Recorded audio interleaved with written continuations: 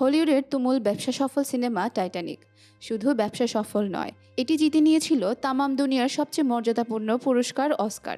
Titanic সিনেমার captain Edward Smith চরিত্রে অভিনয় করেছেন বার্নার্ড হিল। চরিত্রটি দারুণভাবে ফুটিয়ে তোলেন বার্নার্ড, যা এখনও মনে রেখেছে বিশ্বের কোটি কোটি মানুষ। সেই বার্নার্ড মারা গেছেন। রোববার ভোরে মৃত্যু হয়েছে তার। মৃত্যুকালে ৭৯ বছর বয়স হয়েছিল এই অভিনেতার।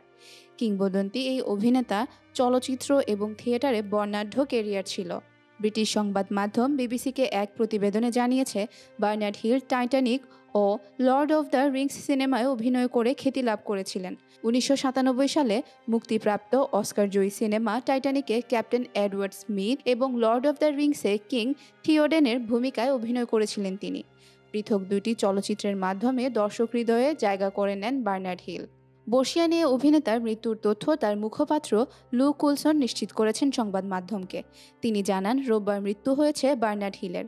নিজের দীর্ঘ কর্মজীবন জুড়ে একাধিক ঘরানার বিভিন্ন ধরনের চরিত্রে তিনি অত্যন্ত দক্ষতার সঙ্গে অভিনয় করেছেন। বারবার প্রমাণ করেছেন অভিনয় শিল্পের প্রতি তার নিষ্ঠা। বার্নার্ড একমাত্র অভিনেতা যার একাধিক সিনেমা ১১টি একাডেমি পুরস্কার জিতেছিল। এই অভিনেতা যুক্তরাজ্যের ম্যানচেস্টারের বাসিন্দা। বিবিসি প্রযোজিত দ্য রেসপন্ডার নামে একটি সিরিজের মাধ্যমে সর্বশেষ পর্দায় ফেরার কথা ছিল তার। কাকতালীয়ভাবে রোববার থেকে সিরিজটির সম্প্রচার শুরু হয়। এই বর্ষিয়ান অভিনেতার মৃত্যুতে শোকের ছায়া নেমে এসেছে হলিউডে।